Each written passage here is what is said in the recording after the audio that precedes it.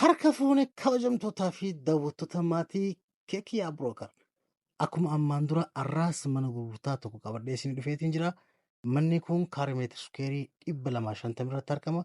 Magaalaa Direedawaa Saappiyaan naannoo Jarbaa Awwadaatti argama.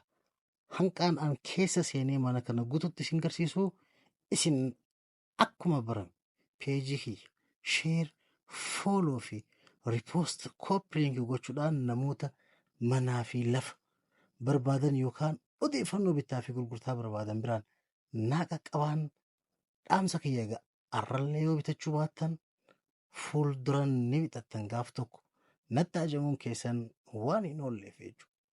Kanaaf kabajamtoota daawwattoota keenya egaa manni kun haalli isaa kana fakkaata. Keessi isaalleen namoonni mana kana dhuftanii ilaaluu barbaadan bilbila kiyya asirraa kanaan naqunnamaan dhaamsa kiyya akkuma argattan egaa keessi isaa kun kana fakkaata.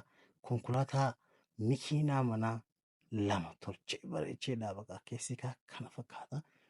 Awwadaay ammaas bakka bareedaarra jira manni kun aspaaltiirraa meetira 50 qofa.